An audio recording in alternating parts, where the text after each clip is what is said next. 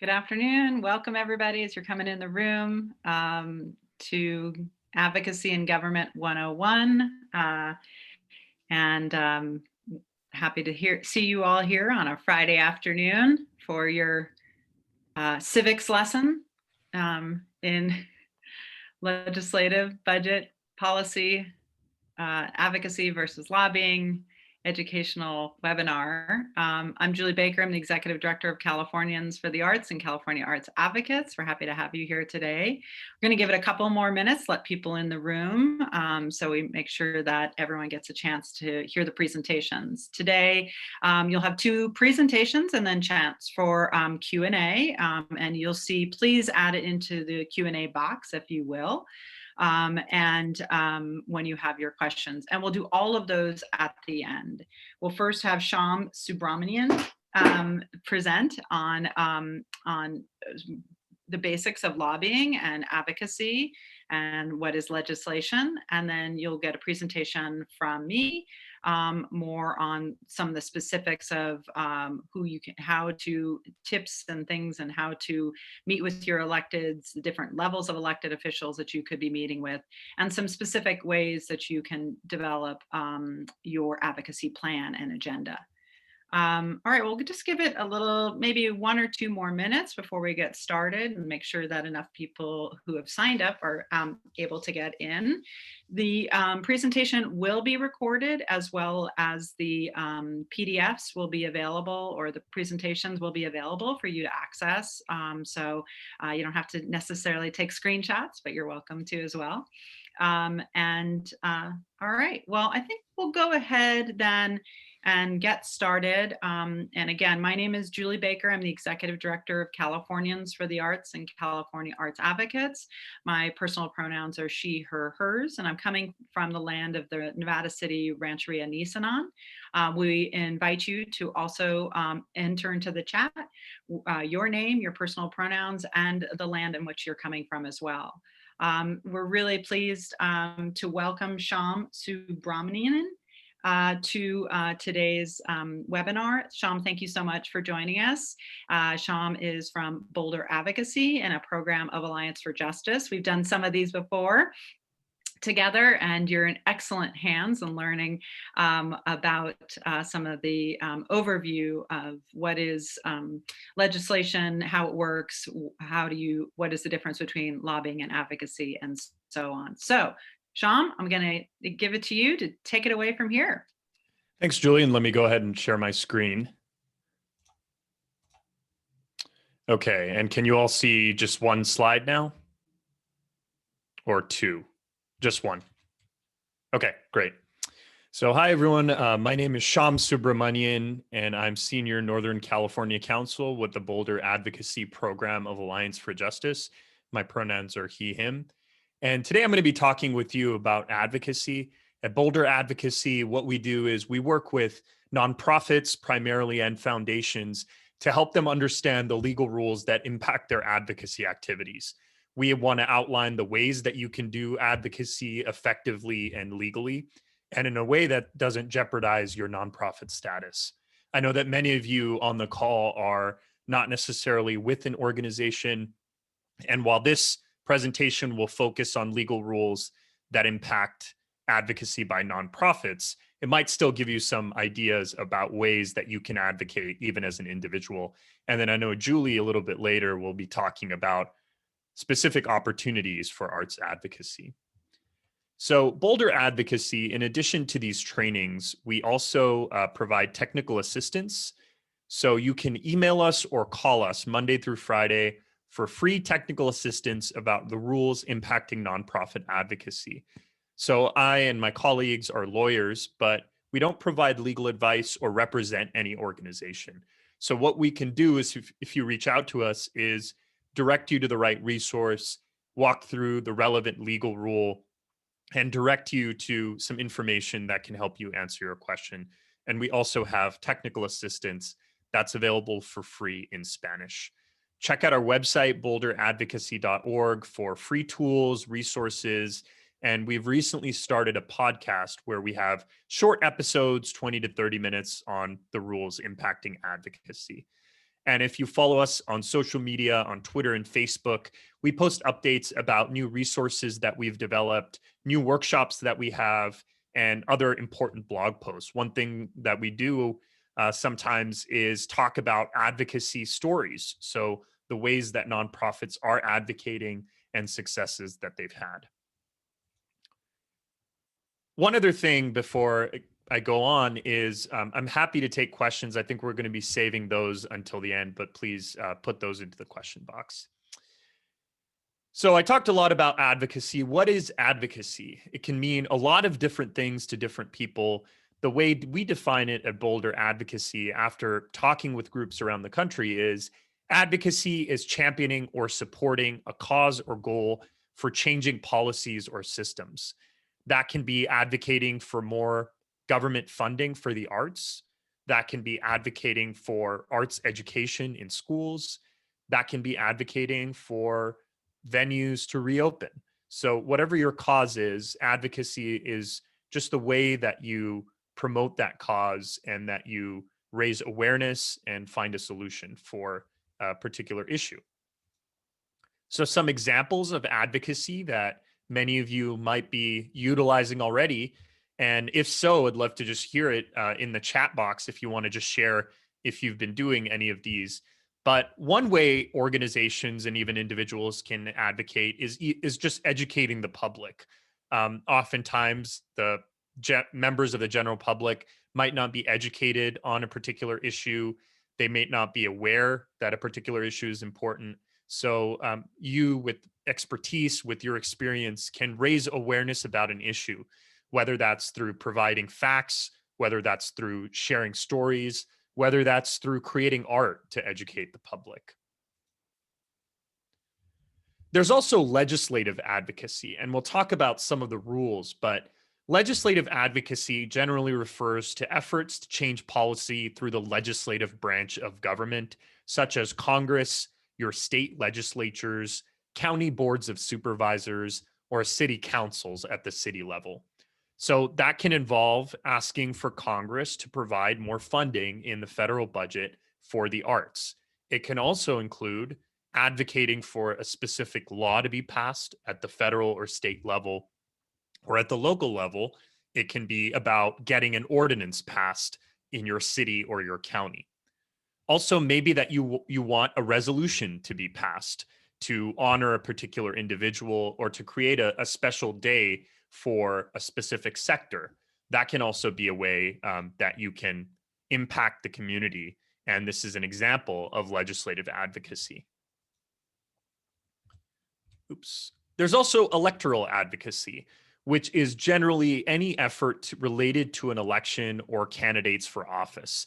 For example, hosting a candidate forum where you invite people to participate who are candidates for public office and share their positions on a variety of issues that are important to the organization and members that you work with.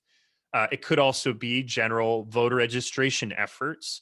It could be encouraging people to get out the vote, or it can be just providing information on how people can vote or what are the different elections coming up in your community.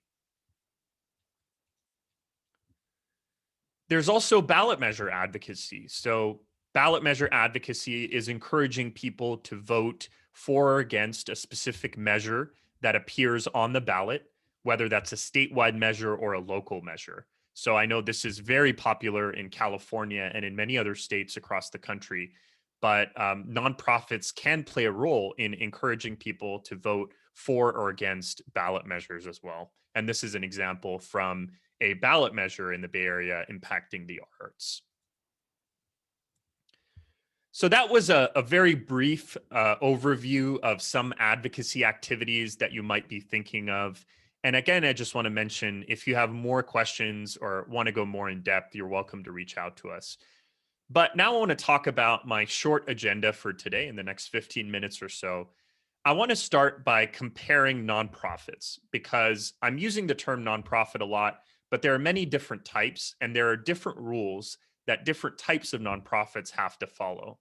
And for those of you who are not necessarily with an organization, hopefully this will be helpful just to give you a sense of when you're working with an organization, what can they do and what are some of the restrictions.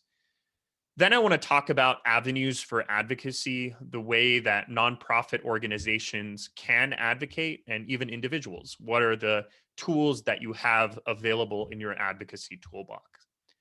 And then finally, I want to talk about lobbying.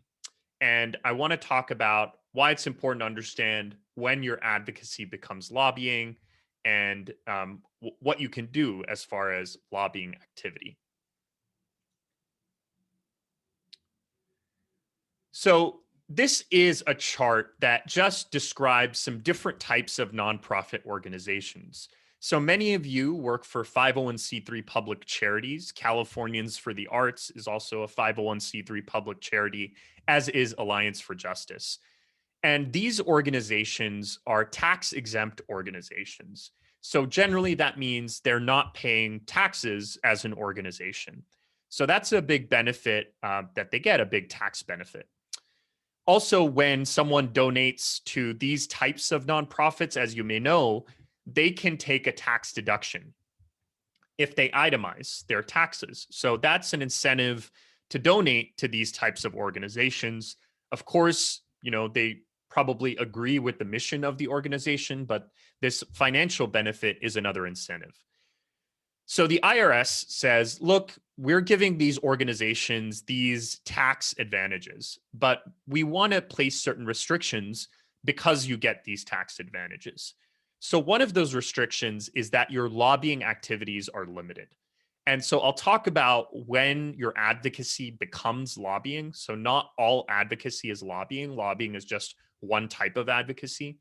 But it is important to know because if you work for a 501c3 public charity, you have to be aware that you can only do a limited amount of lobbying.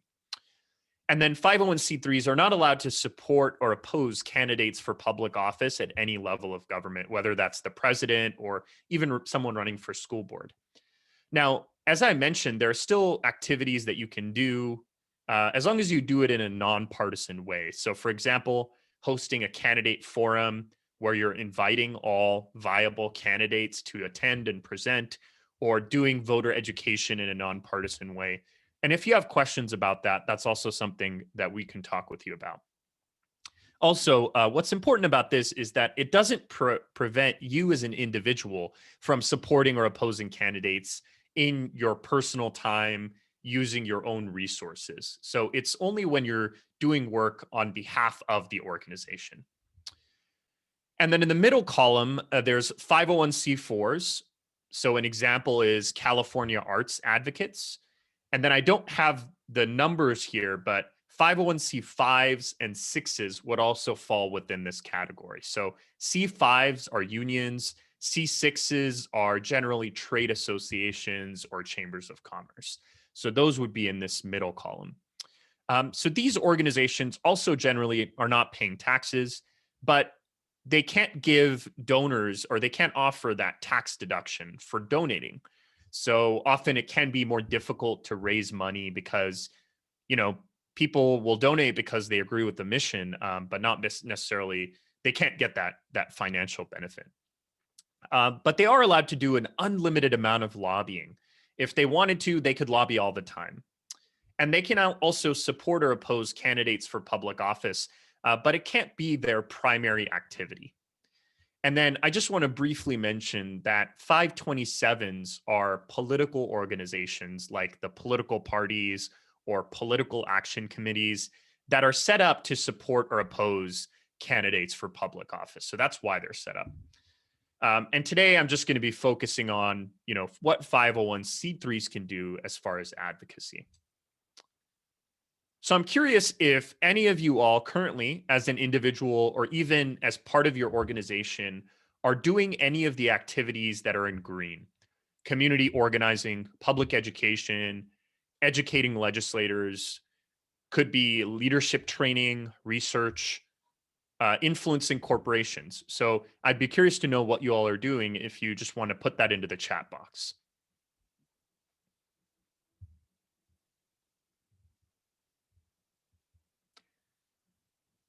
And while people are thinking, I'll just mention that these activities are in green, as you might have guessed, because they're not limited or restricted by the IRS as long as it's furthering your mission in some way. So these are some avenues for advocacy, and even individuals. You can engage in these activities as a way to promote the cause that you're passionate about. Lobbying is in yellow because it's limited and you're allowed to do it, but you have to proceed cautiously. And then partisan political activities are strictly prohibited. That is, supporting or opposing candidates for public office. Great. Thank you all for sharing. I see that there's public education, organizing, educational conferences. So before we talk about when advocacy becomes lobbying, I just want to offer 3 key points about lobbying. Number 1, charities must stay within certain limits, and these limits vary. If you have questions about what your organization's limit is, we can talk with you about that, but there's not one standard limit for all charities. It depends on your size and how you're choosing to report lobbying to the IRS. You must track and report lobbying that you do, and you must have funds that are not restricted from being used for lobbying. So if you receive funding from the government, typically those funds cannot be used for lobbying, and then you'll have to look at your foundation grant agreements to see if there are restrictions on what you can do with those funds.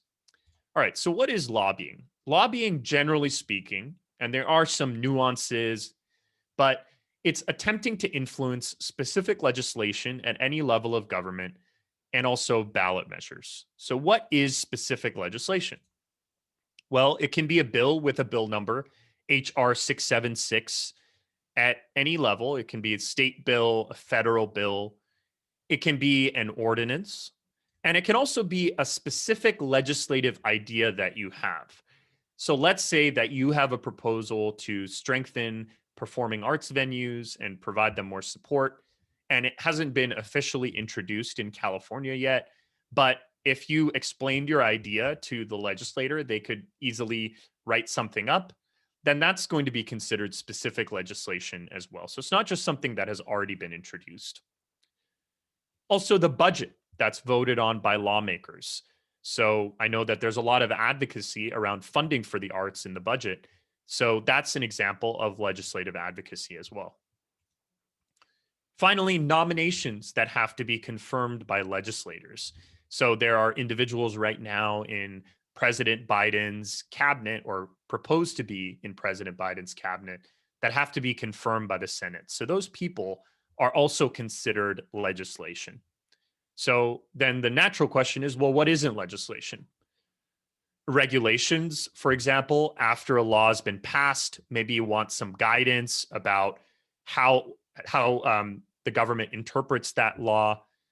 There was a recent regulation related to public charge impacting immigrants who receive public benefits, executive orders and executive actions. So you're not asking for a new law to be passed, you're asking for the governor or president to take an executive action. Enforcing existing law. You're not, again, not asking for a new law to be passed, you're just asking for a law to be implemented in a certain way. And finally, litigation. So that's something that charities can participate in, and it's not going to be considered lobbying activity because it's not legislative advocacy. And then there are certain governmental bodies that are not considered legislative bodies by the IRS. So examples that they've given include school boards, planning commissions, zoning commissions, housing authorities, water districts, and other special purpose bodies, if you're trying to influence decisions that are within their purview. So perhaps you're trying to influence the school board about a decision that they have authority over. Maybe it's reopening schools. In which case, if the school board can make that decision on its own, then it's not going to be considered legislative advocacy because the IRS does not view them as a legislative body. So I know there's a lot of information, so I want to go through a few examples and see what people think. Let's say you urge your state senator to vote for $15 million in the state budget for a statewide pilot program, California Creative Core. Do people think this would be lobbying or not lobbying under IRS rules? And you could just put this in the chat.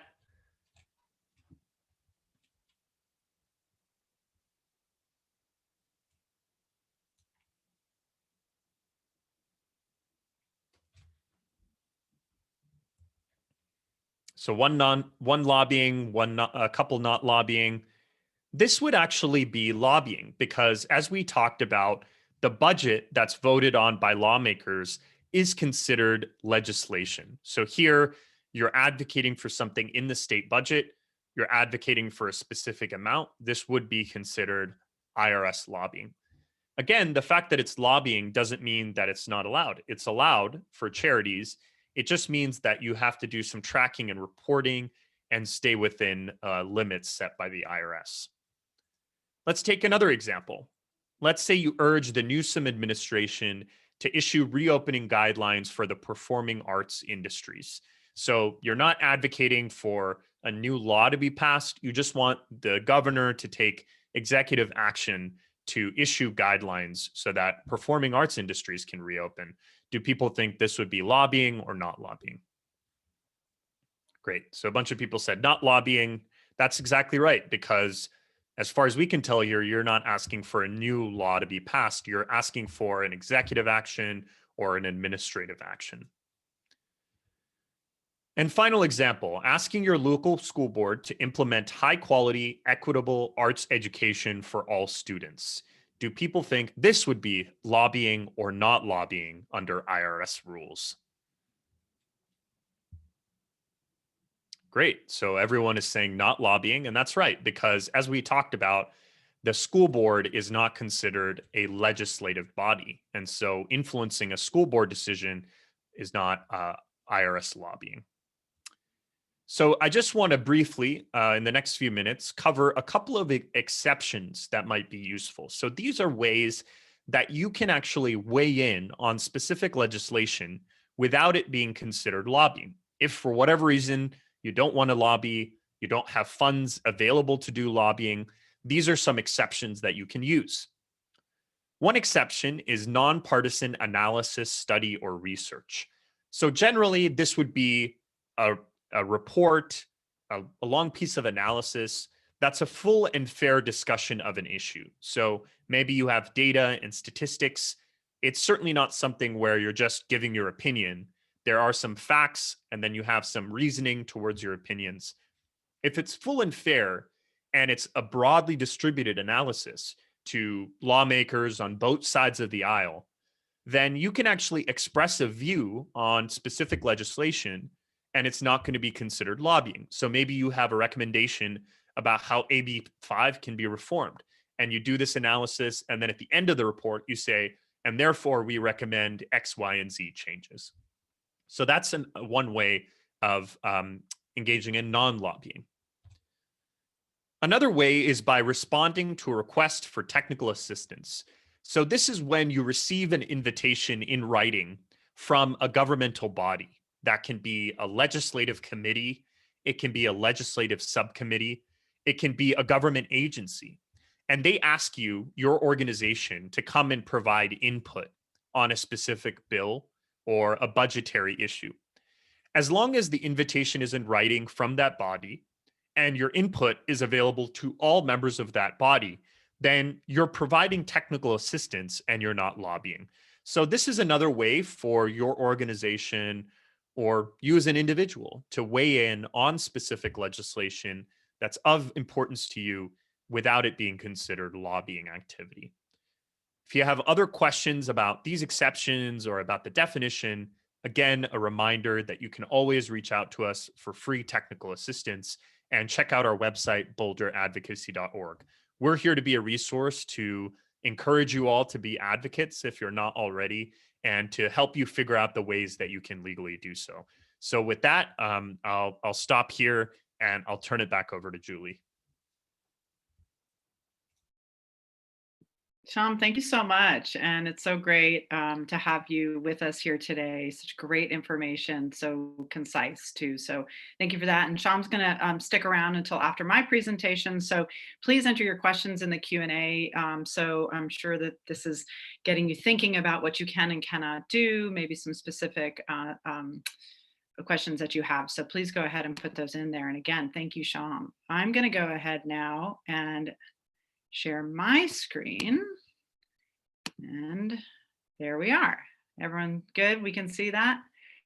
So I'm going to go through a process. I'll try and do as quickly as possible to just kind of engage, educate, and demystify a little bit about how to get involved in advocacy. And we like to call it informed advocacy. And I'll give you some basic facts definitions, very much a follow-up to what Sham just presented, and then some tips and techniques for building relationships. I think that many of us build relationships in the work that we do all day long, with whether that's a funder, a patron, the people you're working with, and so on. I think what we need to think about in terms of advocacy and elected officials, at the same time you are building relationships. So if we go through this again, I think this Sham did this much better than I can, but I just want to add that in terms of advocacy, one of the things that we really think about, and we think about this from Californians for the Arts perspective, is that really we're a communications company in many ways. We're a communications organization. It's about educating, it's about relationship building, and it's about storytelling, which of course here in the arts is something that we should be really effective at doing, and is best accomplished by having many people voice their concerns. It is perfectly okay, as many things that Sham mentioned, is to do things like thank and criticize. I think what's important is to thank. A lot of times we're only calling out our electeds when they do something wrong, but I think it's really is equally important to thank them when they do something right. And you use your social media. As you know, most of the time legislators are on Twitter. And so that's a really good place to tag them and let them know that you see them and that you appreciate them. The more that they hear from you, the more likely they are to continue that type of behavior on their end. It is okay to show up their offices, town halls, and ask questions. Set up your own town hall and invite your elected, as long as you're inviting everybody, all sides, right, Sham? Am I saying that right? You can stage a public demonstration. That is within your right, again. You can register voters, and you can sponsor debate if all candidates can attend. So if you offer it to everyone, but they can't all attend, right? I think and Sham, you can jump in here if you want to add anything there. Go ahead. Yeah, so the requirement is to invite all viable candidates, and make a good faith effort to do so. Now, if only one person responds, I think that's pretty risky to just move forward. But it's not a requirement that everyone has to ultimately accept the invitation. So thank you. And so this came at the beginning of the pandemic. Many of you probably follow nonprofit AF. And I thought this was really an important quote to share, or an excerpt from one of the editorials that they put out. But we've seen countless grant contracts and RFPs now that actively discourage lobbying and advocacy. I called up a program officer once asking why this language is in the contract. Well, it's not that we are against advocacy. In fact, we support it. We just don't want our money to be expressly used for that purpose. And as Vu says, this is the problem. Our sector is afraid of advocacy, much less politics. And so again, we're here to try and demystify that. In terms of relationship building, who do you want to get to know? And as Sham pointed out, there's a lot of different layers. Some of them are elected. Like I actually am a school board member here in my community. I was elected to the school board. So, you've got your mayors, your city council members, your county board of supervisors, your school boards. You also have, in terms of relationship building specifically for arts advocacy, is really, your local arts leaders, arts commission people, arts councils, your local arts agencies. Sometimes they're within the government structure. Your regional advocacy organizations like San Jose Arts Advocates, Ron I think is here on the call, who co-founded that organization. Arts for LA, Sarah in Sacramento, philanthropists, funders, all of these folks you can be also advocating towards in terms of whatever it is you're trying to push the needle on. Of course, you also have your state legislators and your administration. So that in the state of California is your assembly and your state senators.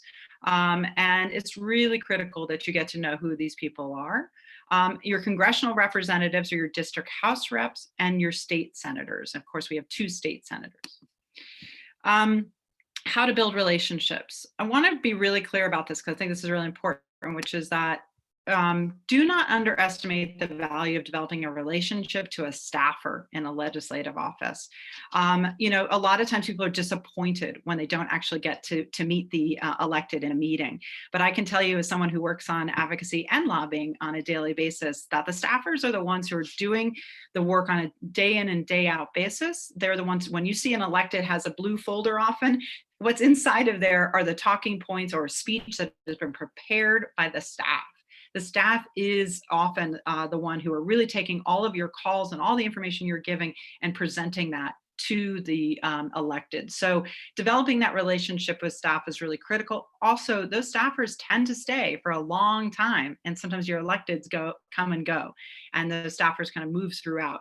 The other thing about electeds too is that sometimes they start on a city council, they move maybe then even to a board of supervisors, they move, or they go start at a school board, they move to a board of supervisors, they move up to a state assembly, maybe they move from assembly to Senate. We just saw it with Sidney Kamlager down in Los Angeles County. So, realizing that advocacy and lobbying are long games. It's not a short thing that you're trying to do. You're developing a relationship over a long period of time. I think it's important also to attend their public meetings. Of course, today, so this is all now done virtually, so it's even in a sense easier. And speak during those public comments. Ask questions specific for the arts. And if you don't know what to ask us. We can help you with developing those question sets, or reach out to your local arts councils, reach out to your local and regional advocacy organizations and say, I see that my elected's having a public meeting. What should I be asking specifically in terms of the arts? The more that they hear from you, the more that they're going to recognize that you are an important constituent for them that they need to pay attention to. You can attend fundraisers or rallies for your elected officials. I'm talking about individuals. You can ask for a meeting in a district. In other words, particularly when I talk about state elected officials, they're often in Sacramento Monday to Thursday, and then they come home to the district Thursday and Friday. That's sort of the typical schedule. So, trying to set up a meeting in district when we get out of COVID on a Friday makes a lot of sense. If you're doing arts events, invite them, show them. There's nothing better than we can talk all day long about how great the arts are, but why not show them how impactful the arts are? Make sure that they're on your list to invite them to events. Recognize them for being an arts advocate. If they are someone who has supported you and your initiatives locally, at the state level, the congressional, at the federal level, again, thank them and recognize them. Maybe you want to do some sort of, arts award ceremony. Sham, can nonprofits recognize someone as an elected as an arts champion? Is there any reason they couldn't do that? No, they certainly can. They want to be careful that they're not doing it in a way that would suggest support for their candidacy for public office, and probably want to be careful about timing, not to do it too close to an election. But they can certainly recognize elected officials for work that they've done. Excellent. Thank you for that. It's great to have you here. And then the other thing is you want to find out what committees that they sit on, and you want to target the right official for your issue and know who can make or break a piece of legislation. So for example, in the state, when we're talking about the state arts agency's budget, the California Arts Council's budget, that gets heard in the budget subcommittee 4. So, we look at who are the chairs of those committees, who sits on those committees, and we do direct lobbying and advocacy towards those folks about what the issues and why we want to see that increase. If we are looking at specific legislation, let's say it's a labor bill, we're going to be looking at who are the labor committee chairs, that sort of stuff. Anyone who's high level in terms of the overall budget, those are important. Same thing at your congressional level. What committees do they sit on, and so on. The other thing that you can ask when you speak to the staff, you can say, who handles the arts portfolio?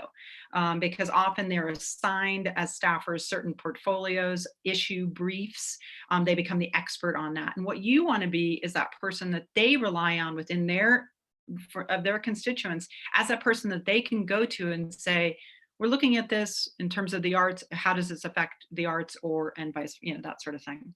And again, follow them on social media, and tag them, and get to know them. See what their interests. Maybe their interest is in the environment, and you're not seeing a lot about the arts. Well, then talk about how the arts impact the environment. Maybe their issue is homelessness, then talk about arts and homelessness. So figure out what it is, their key issues. A lot of elected officials kind of have their main things, or their priorities in terms of what they're advocating, they're legislating for, and trying to push through, and see how you can fit into that. Some communication tips I think are important. Some of these I'm stating the obvious, but be respectful. They are, they do hold an office, and so we need to make sure that you speak to them in that tone and respectfully. I think going in, and even if you disagree with their point of view or something that they've passed, I think if you put anyone, and this is true of any relationship that you have, if you put someone on the defensive, it's harder to have a constructive conversation to get your point across. So I think that it's better to go in respectfully and figure out ways that you can find common ground. One of the best ways, and we know this in those of us who do fundraising, is to ask for advice. You don't always come with the point of view that you know for sure what it is that how you're going to get to the end result of what you're advocating for. So maybe the best thing is to say, this is what we're looking for. How do you think we could best get this through the legislature, or get this to the governor's attention? Or how can we help? How can you, elected official, help solve the problem? And that's one of the things that I've really learned in the last several years of doing this on a daily basis, is that legislators and the administration, what they're looking for are, how can they solve a problem? That is what legislation fundamentally is trying to do. So you have to identify the problem and identify the solution, and then identify how much it's going to cost. I think it's important to understand, what is the landscape that you're working in? In other words, when do things get decided?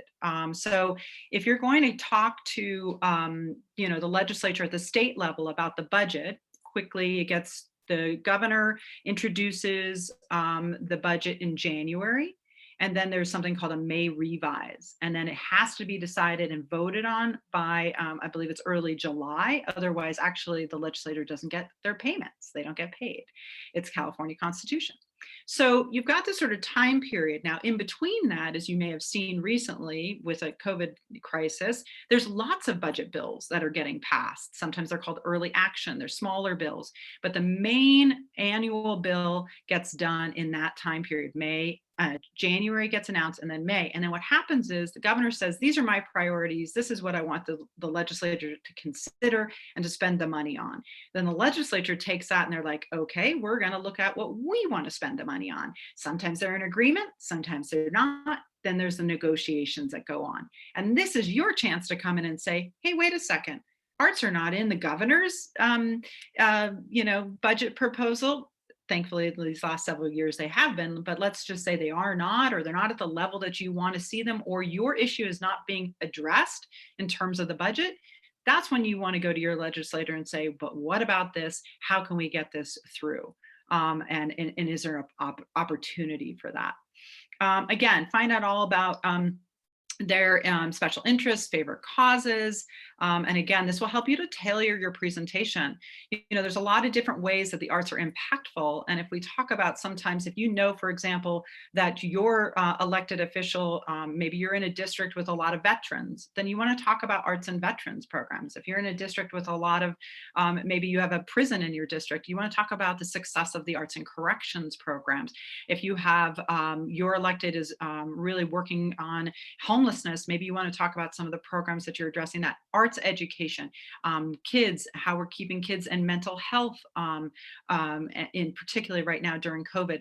Those are the things you want to bring to the forefront in terms of how arts are part of the solution. And if you get to the place where you want to make a specific ask, be specific, be clear on what you're asking for and how you will help them to get the support that they need. So this is another piece of it. You're bringing them a problem. You're asking them to help solve the problem. You're maybe giving a suggestion on how to solve the problem. They're saying, okay, I see this. I'm interested. I see that my constituents are going to be are going to benefit from this. Now, you group that has brought this to me, how will you support me to get this through? How will you help build media attention around this issue? How will you get grassroots advocates to show up? How will you talk to maybe other legislators and bring people from their district to show that this is a problem that we need to solve? So just you want to think about that as well. One of the other things you want to think about in terms of effective advocacy is collaborating across different sectors on the same issues, right? So in other words, right now in this crisis, we know that hospitality, travel, tourism, and the arts, which are incorporated into all of those, have been deeply impacted by the shutdowns and impact of COVID-19. So our organization, for example, reaches out to the tourism industry. We reach out to the restaurant associations, and we talk about how can we work in solidarity towards a successful recovery for our communities, knowing how critical the arts are. So when we've got issues that we know that we need support on, we can go to them. When they've got issues that they need support on, they come to us. So within your own communities, who else can you reach out to and say, hey, we've got common goals, common issues, common problems. How can we support each other? So think about that. You want to engage business and community leaders and using their position to influence decision makers and become spokespeople and advocates for learning through the arts. So, do you have a community leader that you know is an influencer, a business leader that's an influencer, maybe has influence with your elected official, with your mayor, and so on? How do you get them to also say, you know what, making sure that we have arts and culture in our community and have arts education in our schools is critical to the success of this community. You want them to think about that in their own talking points. How do you integrate into other people's talking points, not just the typical arts advocates or people who are only in the arts? And then finally, media is a very important tool to increase our advocacy awareness. And so developing a relationship with your local media to become a source of information and expertise on arts and culture. You want them to be like, oh, I want to get a quote about what's going on because the mayor just said that they're going to decrease funding for the arts this next year. Who should I call to get a quote about that? You want to be known as someone that they can rely on. So building a relationship with the media in your community is important. So let's talk a little bit about crafting your pitch. I think it's very important. What we know for sure is that, again, elected officials have specific constituents. You are elected to an area, right? District 1, District 2, whatever it may be. So making it local to them. I can only, as the state advocacy voice, I can certainly say where I live, and we can do a broad, sweep of who we are and what's important to the field and representing the field. But there's nothing more effective than if I come to a meeting with someone in their district, and that person says, this is what's happening in 3 blocks from where you live or your district office is. That's going to make it really relevant. And I think it's important to also be honest about the severity, and this is particularly right now during COVID, about the severity of the situation.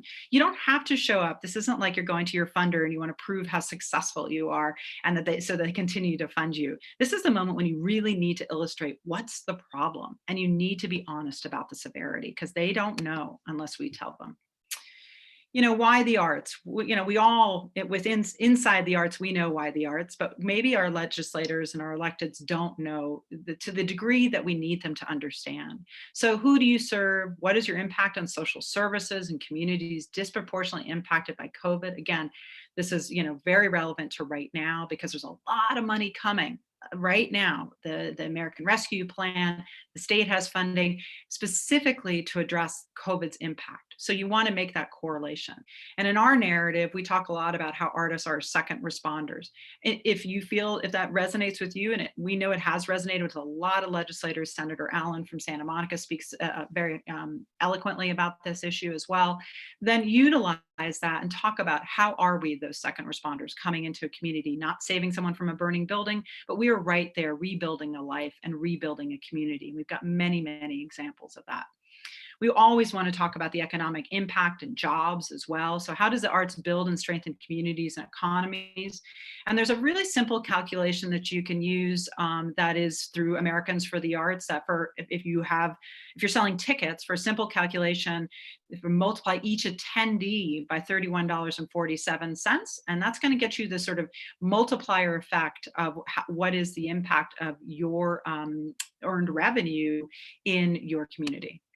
Ways to connect. You can phone your legislator. You can and very simple, even if you have nothing else, that you don't know what to say and you've never done this before, you can pick up the phone. Whoever answers it, you could say, could I speak to someone who handles the arts portfolio? If they say, well, that person's not available, what would you like to say? You just say, what is so-and-so doing to support the arts in this district? And encourage them, if you have a specific ask, to support it, or to learn more about you and say, I just want to bring this issue to the forefront because our sector is really being hit hard and we really need the support of so-and-so in order to be able to reemerge from this crisis. We have online templates, letter systems that you can use. I know other, Sarah, I've seen from Sacramento uses them, Arts for LA uses them, Americans for the Arts uses them. We're all in advocacy trying to make it as simple as possible for you to raise awareness of what's going on. And it's important because I'll tell you why. I know sometimes people sort of say, what does it matter? What if I hit this and I just autofill, is that really going to make a difference? And I can tell you it does. They really do look at how many letters, how many phone calls, how many times they're being reached out to about a specific issue. And if it's not a lot, then they're not going to prioritize it. And then you can ask for a meeting, as I mentioned before. And if you're not, again, sure on how to do that, we can help you with that. Your local or regional advocacy organization can also help you with that. And again, if you meet with a staffer, don't dismay. That's a good thing. They're really, really important to, and sometimes you'll meet with a staffer and you'll be like, wow, they're quite young. Are they going to, and I'm not being discriminating against age, but sometimes you're sort of like, wow, is that, and these are brilliant minds who are been hired to really inform the legislators. So I just want you, or the elected. So feel comfortable when you're meeting with the staffers. Very, very important. And I just want to say, in terms of effective advocacy, it comes in many forms. There's the people who are the disruptors, the ones who are protesting and screaming and making an awareness that there's a real problem that needs to be solved. And then there are the people who are the negotiators, the people who maybe are in it for a long term, the long haul. And maybe it's not really beneficial for those folks to be the disruptors, but we need both. So, what's most important is everyone has a story to tell, a role to play. And if passion is your guide and change is your goal, we can get to effective advocacy. So quickly, I just want to go through some 5 steps that you can build your own plan. And again, this is all being recorded, and also this slide deck will be available for you. But, if you're going to start your own advocacy campaign within your own community, these are just some quick, bullet points to think about. What are your goals? What is the change you want to see? This is very much community organizing. Identify the targets. For whom are you doing this? Identify the resources. Do you have the capacity, the funding, the time to take this on, to do it effectively? Who are your partners and who are your opponents? This is a very important question that you have to ask yourself when you're starting any type of campaign. If I bring this up, who is going to show up and say that this is not the right plan, or this hurts somebody else, or this is not the proper use of taxpayer dollars? And again, know the process, be informed. Who are the decision makers? Who are the committee heads that you need to know? Who do you need to be speaking with in order for this to get through? You want to create awareness. Once you've determined what you're trying to do, design your key messages. And then once you've designed your key messages, and likely, hopefully, let's say you get a piece of legislation that an a legislator is interested in sponsoring, you're building a bill around this idea, you're going to work with their office as well, and they're going to help you to design these key messages. If you're looking at the local level, and this is all grassroots, you can certainly ask advice, though, of your city council, your board of supervisors on those issues. You want to build your case with data and storytelling, and you want to determine your communication strategy. And it could be all of the above: op-eds, letters to the editor, social media campaigns, press releases, and so on. Generating engagement, you want to make it easy for people to engage. So share an advocacy toolkit. There's lots of great models for those out there now. We have one. I think NEVA, National Independent Venue Association, did an incredible job of making that really available, where millions of people became advocates for independent music venues, which shared the Save Our Stages Act out there, and get others to share your message and communicate often with your advocates, making sure that they're continuing to do it. Because one of the things that's really important, it's down here in terms of sustain the momentum. A lot of times people become engaged when there's something urgent, and they show up in force and they're upset and they want to get something done. And then maybe it gets done or whatever it is, and they stop showing up. And I can tell you that's not effective advocacy. If we really want to move the needle for arts and culture in the state of California, we have to consistently be showing up, and we have to be consistently delivering messages. And encourage actions. What is the ask? Where, when should you make it? Determine tactics. Again, are you going to do a rally? Are you going to do behind the scenes meetings? Are you going to do both? They call it grass tops and grassroots. So your grass top strategy is really like, maybe you hire a lobbyist, maybe you're hiring, maybe you're having those sort of one-on-one, you're taking you're doing those sort of real, working directly with your electeds. And the grassroots is more the sort of like the hopefully hundreds and thousands or millions of people who are getting behind your cause. And read the room. When we were in the beginning of this crisis, it was not the time in March and April of last year to be asking for much except for public safety and to giving government the space to be able to take care of a public health crisis. So it really wasn't the time for us as arts advocates to be saying, but we need money for the arts. We sort of quietly just said, please don't cut the arts disproportionately compared to any other state agency, in this case, in terms of funding at the state level. But now the room is a little bit different. I can tell you, a year later, there's a lot of money right now coming into the state. There's a lot of money that has been found in the state. The room has changed. In addition, we've been shut down for a year. So the room is now pretty desperate in terms of us getting the support that we need. And so I think it is time to really go big for the arts in California.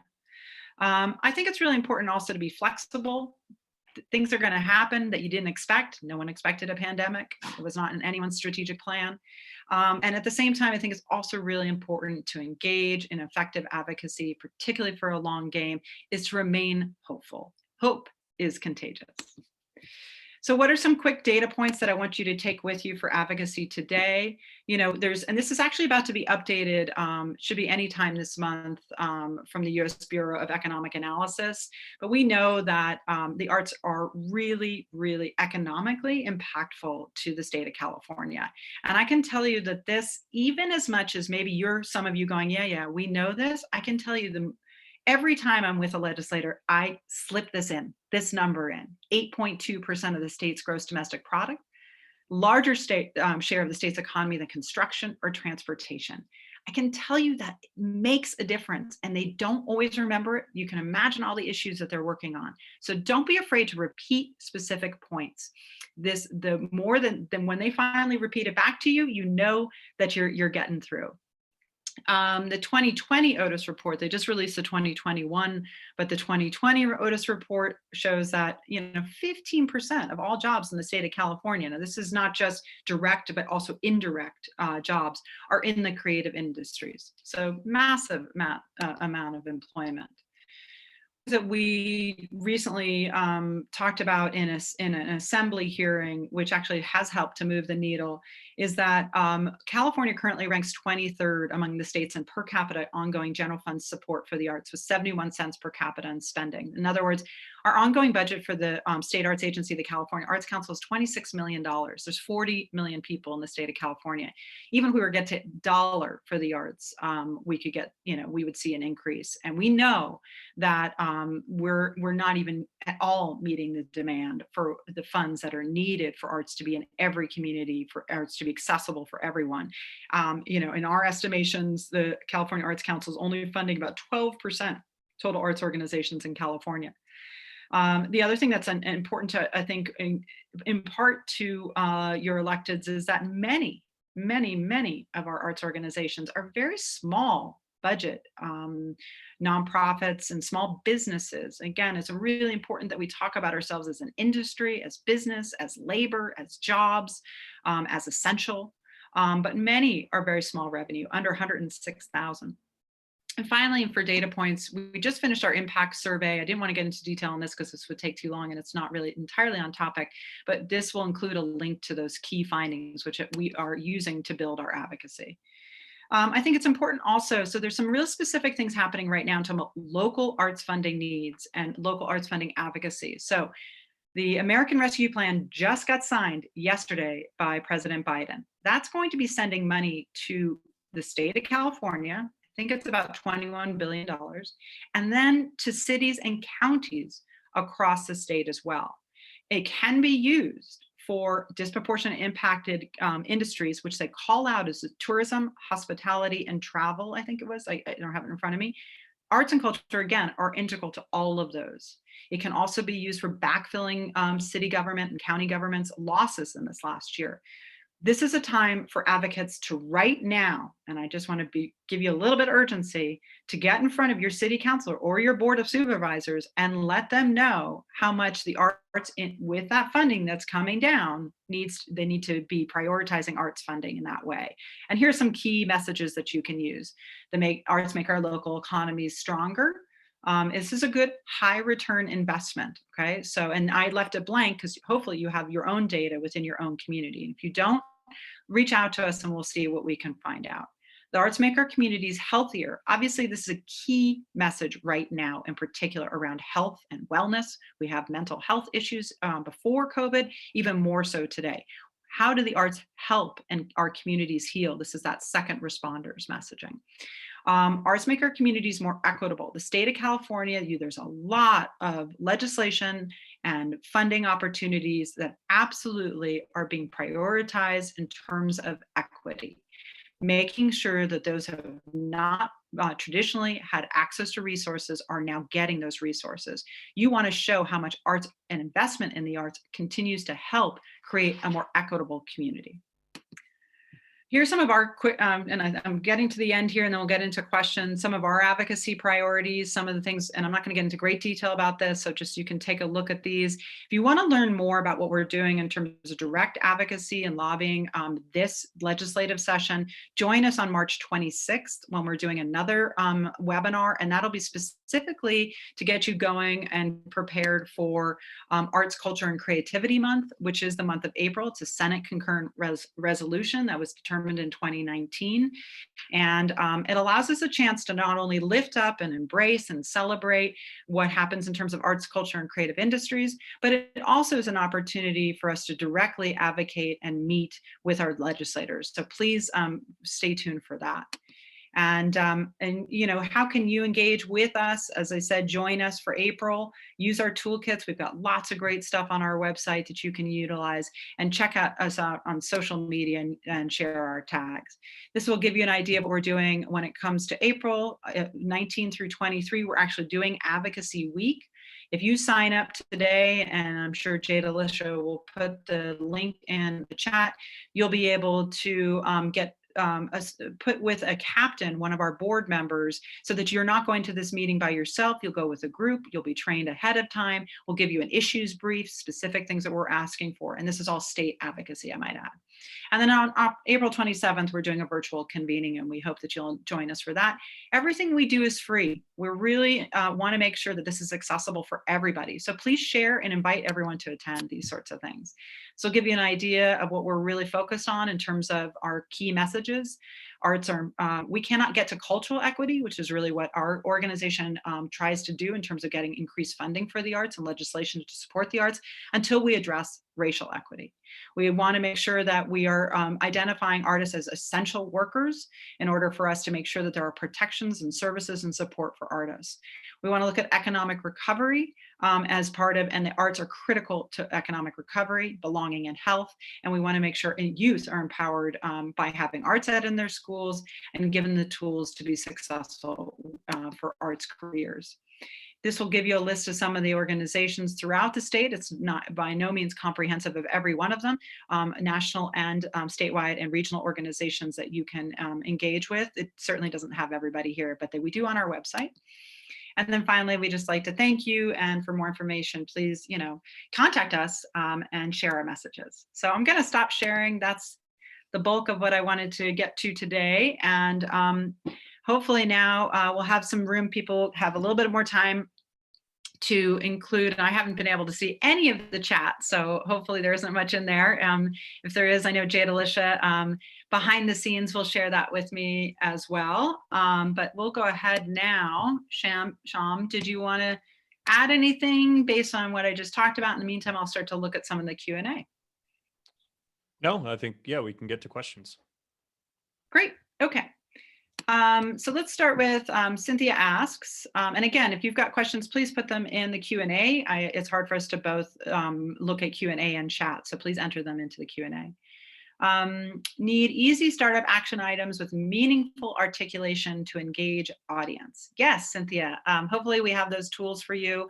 I don't know exactly where you are in the state. I'm sorry, I should know where the Chumash tribe is located, but I don't off the top of my head. But if, there are often regional advocacy organizations that can help you also with the specific local actions. We have a lot of why the arts and, narrative and talking points that we can certainly access through our website. And if none of that feels like you're getting what you need in terms of building that advocacy message, reach out to us and we can start to work with you on that. We can't always do that piece for free if it becomes to a point where we're, really helping you to create your own advocacy plan and strategy within your communities. Depends on how much time we need to spend on that. But we want you to be as successful as you can in terms of advocacy. Hopefully that kind of gives you an idea. I can't give you all the specifics there. Let's see. In my experience, C3 and C6 orgs, boards or staff decline to advocate because they feel they are speaking for all their membership constituents and feel they don't all agree. They would want to do a full membership vote, fear divisiveness. What are the rights and responsibilities, both legally and ethically? How can we push back effectively to this stance? Nikki, that's a great question. Sham, do you want to take that first? Sure. So to the extent the concern is we're not sure what we're legally allowed to do, at a high level, 501c3s are allowed to advocate. They just can't support or oppose candidates for public office. And there's some limitations around legislative advocacy and ballot measure advocacy, but even that's doable. C6s have even more room to advocate. They can do an unlimited amount of lobbying activity, and they can even support or oppose candidates for public office to a limited extent. Julie can probably speak more about how to persuade boards and staff if their concerns are not about the legal rules, but just about being divisive. But I think that's a good place to start, is just letting them know this is allowed. And, there's a lot of room to advocate as both the C3 and C6. Yeah, and I would say, Nikki, in terms of building, how do you build consensus within your membership base and your board and staff? There's sort of three different levels, as it were. I would say board and staff obviously have to start there. In our case, obviously, we're an advocacy organization, so it's really different. But you might start to get to a place where you want to have a policy committee. Or an advocacy committee. Obviously, we'd love to see C3 starting to do more of that because, we need people to engage in advocacy as that original quote that we talked about. So that might be something you want to suggest to your board and in terms of committee. And that's where you could start to bring issues and say, look, this is happening here. Should we be supporting this? Should we be, reaching out to our legislators specifically about this? I think if it's, an issue around increased funding for the arts, I don't think that that's something that I would imagine anyone's going to say they don't want more money, more resources for the arts. If you're talking about specific pieces of legislation, sometimes like AB 5 has been a big one, I would say, and that might be a little bit more, nuanced, and definitely there are two sides to that, equation. You might want to make sure that you have in your agendized in your board meetings, that becomes something that you determine and vote on. if you're going to support or not support an issue that's being raised. In terms of like, sort of, you might want to survey your membership base before you go out if you feel like maybe, it's sort of a gut that you have to determine, are you doing something that you feel maybe some of your membership base would not be happy with if you're out there vocally supporting. So those are determinations you'd have to make based on what you know of your own organization. And hopefully that answered it. If not, please go ahead and ask the question again.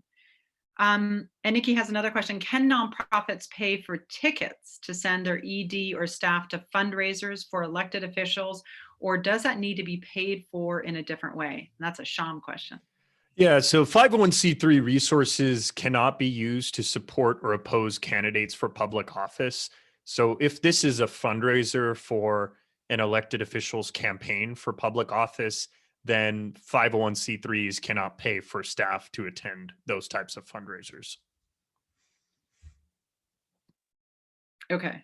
And also, Sham, can you mention sort of, what about inviting an elected to a paid event and giving them a comp ticket? What are the rules around that? Yeah, so there might be some rules about gifts that you would have to look at in your jurisdiction. There might be limits on how much, what the cost of that ticket is, et cetera. But if assuming you're within those limits, then the thing that you just want to be careful about is, again, making sure that you're not suggesting support or opposition for their campaign for public office. So it may be possible if it's within the gift rules in your jurisdiction, but be aware of the prohibition against supporting their campaign. Excellent. Thank you for that. And Cynthia, and I think what I'll do with you, Cynthia Pease, is asking for specific things for Burbank and everything else. So go ahead and Jade Alicia has been fantastic. I just quickly looked at the chat. If you want to put it in my email address in the chat so anyone can reach out to me directly, I'd be happy to talk to you about your specific needs within your community. Allison asks, is there any plan to address the CDE, and that's the Department of Education, arts education requirement and make it stronger to lessen the chance of budget cuts by school districts? So Allison, our organization is not as deeply engaged in arts education at the state level because we have two amazing organizations that are now merging, Create California and California Alliance for Arts Educators. So I'm not sure what the advocacy strategy is, and I would encourage you to reach out to them directly around that requirement, because that is not something that we advocate for ourselves. We definitely speak to and build coalition with Create California, and we work. Tom DeCaney is executive director, and I speak on a monthly basis for sure. But I don't have anything specific to answer that question. Apologies. But she also asked, would you say that starting with meetings to educate, inform the elected first as a cultivation tool before asking for funding?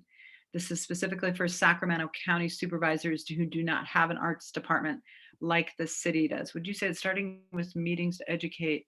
Yeah, I mean, I think it's the same thing, and Allison and I know each other. Part of it is that it's the same thing when you've been in fundraising, right? Which is like, it takes sometimes more than one meeting to get to the ask and to get to, what it is, to get the dollars, right? When you're meeting with funders. Sometimes it's similar with legislators or electeds. I think it's really important to give them an orientation, to educate them, to give them the materials, to follow up with materials, to send them more materials when you have them, keeping the issue at the forefront from them. It depends on where you are in, and that's why I was saying, know the time frame. What are you working within? If you're talking about a budget issue that's coming up within the next month, then you need to make sure that, and you get a meeting with them, then you should definitely bring it up in that meeting, because it's timely. If you're in an off part of the session and this is more a time where you're just working on education, then I think it's great to just educate them. I'm a believer in always having some form of a specific ask. It's kind of what legislators are always looking for. They're sort of like, well, what do you want me to do? What problem, again, what problem can they solve for you? That's part of what they're looking for. Um, and then for you to become the resource within the community that they can call on. Sham, did you have something you wanted to add? No. Okay. Oh, no. Okay.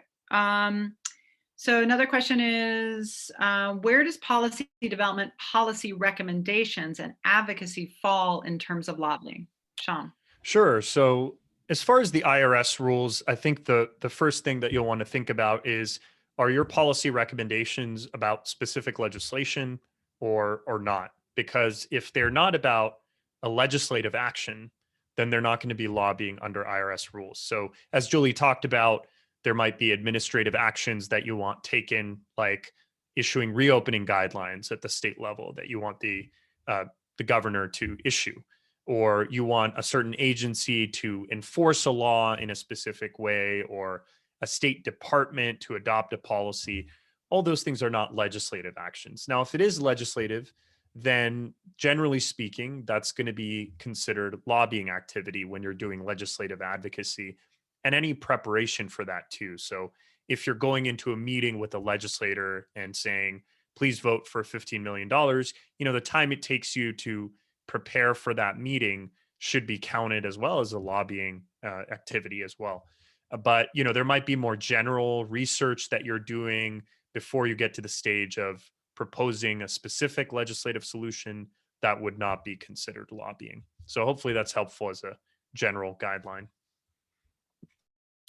Thank you so much for that. It's so great to have you here answering, really understanding the legal aspects of this is so important for people to be comfortable and to demystify the process. So we have time left. I don't see any more questions. So while we're waiting, hopefully for some more questions, if there are some to be put them in the Q&A. There's a question by Cynthia Pease in the chat regarding your earlier point about developing an advocacy plan for organizations, where you mentioned that if the consultation would take a greater amount of time and detail, that would relate to a monetary contribution from the organization. Are there any consultation rates available offered by CFTA? I don't have, thanks for that. And thanks for voicing that, Jay Delisha. We don't have a rate sheet. We're not really at that level of organization, to be honest with you. But I think the best thing would be just to contact us. We can sort of formulate it based on what is your need and how we can build it out for you. So I think that's really where we're at right now. So thanks. Is it okay to ask your members to urge legislators to vote a certain way? Sham? I'm muted. Yeah, so absolutely. It is allowed for 501c3 public charities to urge their members or even members of the general public to ask legislators to vote a certain way. That would be considered lobbying activity under IRS rules. So again, you have to stay within limits and be reporting that type of activity to the IRS, but it's certainly allowed. Excellent. I'd be curious for folks if they want to enter it more into the chat. You're welcome to do that. One of the things that we hear often is that people are sort of intimidated maybe a little bit to engage in advocacy or calling your electeds. And I'm wondering if anyone has any sort of advice for people who maybe feel that way or things that they've learned. What I can share with you is that most of the time, what you learn is that your elected officials are your community members. They are people who care deeply about the success of your community, and their parents and grandparents and oftentimes they're former educators, they're former community nonprofit leaders often. And I think understanding who they are, getting to know their background, every legislator has information on their website about who they are and all that sort of stuff. So connecting with them as humans, I think is really important. And our funny little anecdote was that last year in April, when we did Arts, Culture, and Creativity Month's day one of convening, and we had to really switch it to a virtual, and this was in the beginning of the pandemic, so not everyone was comfortable on this platform. Senator Allen came, from his, I don't know if it's his bedroom or guest bedroom, and he was sitting there and there was an unmade bed behind him. And, and it was one of those things where it was a great humanizing, like, we're all the same moment. And I think that recognizing that is really important, in hopefully demystifying the process. These are just people like all of us. They just happen to be working inside a framework that maybe we're not all educated on. And my only hope for everyone, in particular in this last year, is if we've learned anything, it is critical for us to engage in the political process, not just showing up on voting day, which is really important, but what's going on right now? How are decisions being made? And are your issues, what you are concerned about, are they being represented? And if they're not, it is absolutely within your right, whether you're a 501c3 and you've learned what you can and cannot do based on what Sham's told you today, but certainly as an individual, it is within your right to contact them and share with them what you need as a person in their district. So I hope that you feel empowered to do that. And if you still are feeling like you don't have the tools, and our job is to help you with those tools, if you still are feeling that, again, Jada will put my contact information in there, and engage in Arts, Culture, and Creativity Month next month, because it will really give you an opportunity to do this with groups, and to really build your advocacy muscle, because that's what we know is so important right now, is that every arts organization, artist, culture worker, people within our sector, we really need you to build your advocacy muscle, because I can assure you that if we don't come and show them that there's a problem that they can solve, they're not going to come to that conclusion by themselves, because somebody else's issue is going to come to the forefront. So, and I think we've seen great success this year with NEVA and other organizations that are really lifting this up and proving that advocacy works. And I can tell you it worked in the state already with the $50 million that we just got for cultural organizations through the California Relief Grant Program. Cultural organizations were the only call out in that small business program in all of the $2 billion.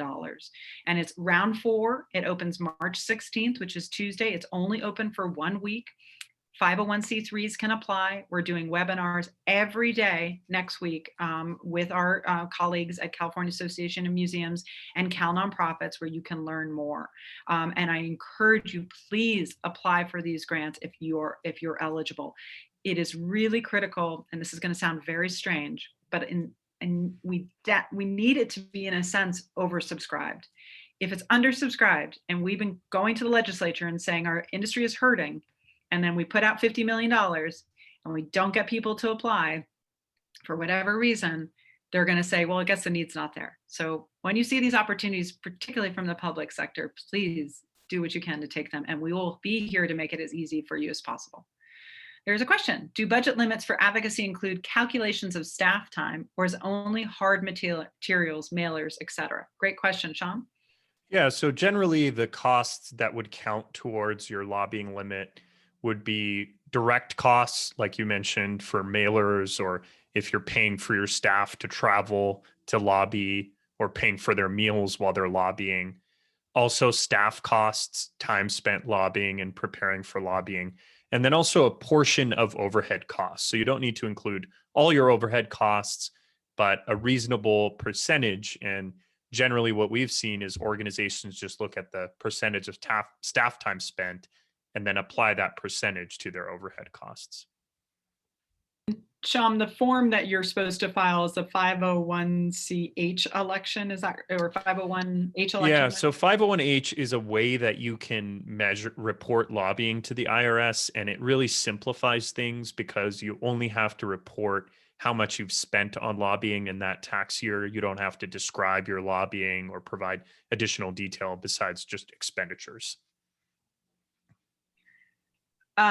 Great. Thank you so much. I'm sorry, you know how it goes with these things. You're reading chat, you're looking at Q&A, you have to definitely be multitasking people in this day and age. Thanks again for that answer. Shira asks, hey, thank you for hosting this. You're welcome, Shira. If our organization helped make it easy to send in targeted emails to elected officials, is that lobbying? Yes, if it's associated with specific legislation. So in other words, if their organization created a template, put it out there, asked people to fill that out, and it was a specific ask of any city council, board of supervisors, state elected Congress that says, do this for us, Right. that's lobbying. Okay, excellent. I don't see any more questions. Does Dina anyone have has any? a question. If when one convenient, she would like to schedule a brief information I see exchange that. with Thank you. you. Yeah, I see that. Thank you. That's not, yeah, thanks, Jay Delisha. There's Um, also, if depending on which way we want to go, we have our board vice president, Ron Mariera, who could speak to best practices as a core co-founding member of San Jose Arts Advocates. And we also have a number of questions in the chat from Allison. Great. Can you maybe read something from the chat from Allison that wasn't put into the Q&A? And if anyone else has any other questions to put in the Q&A, please add that there. Yeah, the question, apologies, the question from Allison is it also appropriate to ask the elected, how can we help you succeed? I mean, Shama, I don't know in terms of Legal. rules. Go ahead. Yeah, Why don't you ask the legal yeah. question? I'll answer the If you advocacy. if you work for a 501c3, I think it would be a best practice to clarify that you mean in their role as legislator or in their role as policymaker to help them pass good policy. You know, you don't want that to be interpreted as helping them get reelected. So that's the only caution I would add there. Yeah, so if it's specifically more about how can we help you to garner support for this issue? Yeah, I think you can definitely be offering that. And as I think I said in the presentation, that's really important because, you know, if you show up and you're saying this is an issue and we need help on this, and you're asking them to help solve that problem, they also want to know, do you have the support to make that happen? And a lot of times you'll see organizations sponsor legislation. And that means that they're actually working directly with that office to make that legislation happen. We're in fact sponsoring Senate Bill 628, which is the California Creative Workforce Act. And I say we, and that's California Arts Advocates, our C4 is doing that.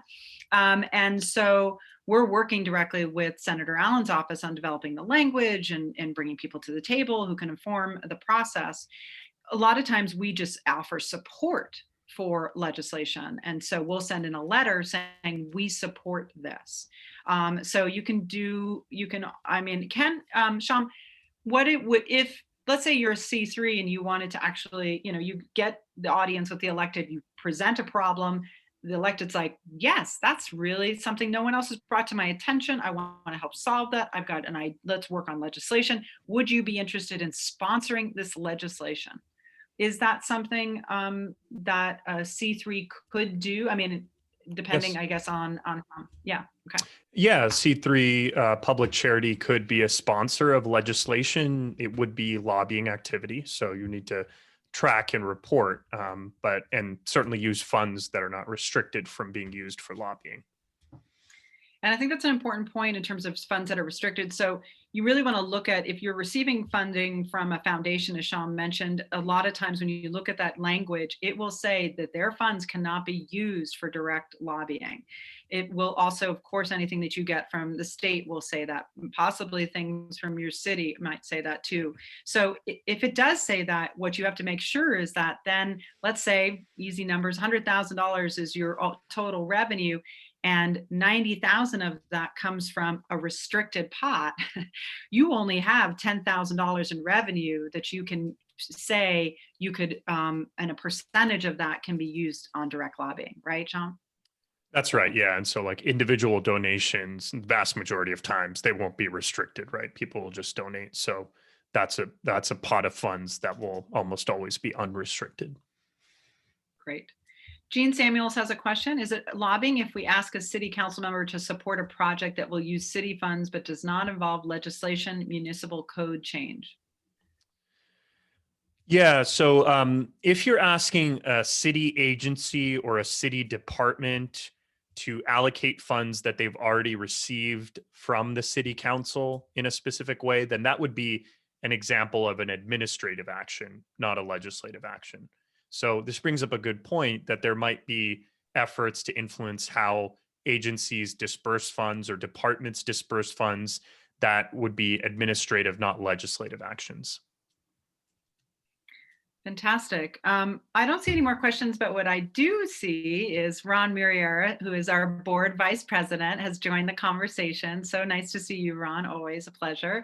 Ron is an amazing advocate, both at the state level and at the local level. Is a co-founder of San Jose Arts Advocates, has led many an advocacy training. So hopefully we're doing a good job here, Ron.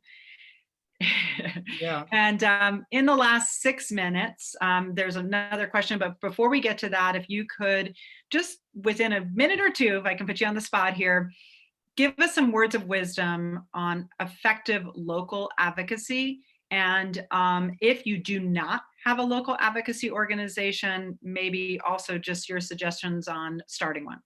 Great. Thank you, Julian. Thank you so much, Shyam, also for your presentation. I co-founded San Jose Arts Advocates because along with several other arts advocates in San Jose, because there was no entity that was mobilizing the arts, culture, and creative community in San Jose on specific issues impacting arts and culture in San Jose. So I think one of the best things to do is start finding like-minded folks who want to gather and work together to advocate for issues locally, because we know change happens locally, to create. We're not even a 501c3. We're saying we're a collection of arts advocates who want to move towards educating our community and empower their voices. So I'm happy to speak with folks about how they can create their own arts advocacy entity in their region, because I think together we're more powerful than we are individually. Thank you, Ron. That's beautiful and so true. And I think there are many across the state. There are not enough for the vast nature of California. It is a massive state. So we know that there's need for more. If you are in a region that you're not sure if there is an advocacy organization for arts and culture in your region, you can certainly write to us again and ask us that question. If there is, we'll set you up with the people who run it. If there is not, we do regional conversations. We do 9 across the state twice a year. We actually have 2 more coming up this winter, one in the South Bay in San Jose, and then one also in Inland Empire. And so those are our opportunity to talk to people within regions and see what the needs are. And what we are finding, for example, in the North State, which is north of Sacramento, there is no regional advocacy, and that's very particularly rural communities. Central Valley, we don't have a regional advocacy organization. So there are some holes across the state that we're also identifying and trying to encourage people, as Ron has done in San Jose, to gather. And to make that. And Sham, in terms of Ron's model, is San Jose Arts Advocates is a collective. They don't have a formal structure. Can you talk to that a little bit as a way to make that, if that's okay? Can you do that? Sure, absolutely. And there would be fewer restrictions because you're not a tax exempt entity and not offering people the ability to take a tax deduction. So because of that piece, 501c3s have to follow these specific advocacy restrictions. So as a collection of individuals or an organization that's not yet incorporated or tax exempt, there's more room to do even partisan political activities if the group chose to do that. But 501c3s face those additional restrictions because of the tax benefits. So the difference there would be, Ron and his group got together, but they're all volunteer. And oftentimes that's true of even, burgeoning advocacy organizations that establish themselves as C3s, as we know, and many arts organizations are all volunteer. But you get to a point, for example, Arts for LA is the LA County Regional Arts Organization, has many staff members. And so that is, and they're a C3, but they are a staffed advocacy organization. So, I think it makes sense that you start off as a collective. Maybe it becomes something that you then develop into a C3 or a C4 model, depending on what makes sense for you and what you think you're going to be doing. We just have a minute left. It looks like there's one other question. So an advocacy ordination, there's 2. Is Ron giving an advocacy presentation soon so we can attend virtually? Ron, are you doing an advocacy presentation? Yes, actually I am. I'm being hosted by Silicon Valley Creates, SV Creates, which is Santa Clara County's arts agency. And I'll be doing an Arts Advocacy 101 webinar on April 21st to celebrate Arts, Culture, Creativity Month. It's free. And my birthday.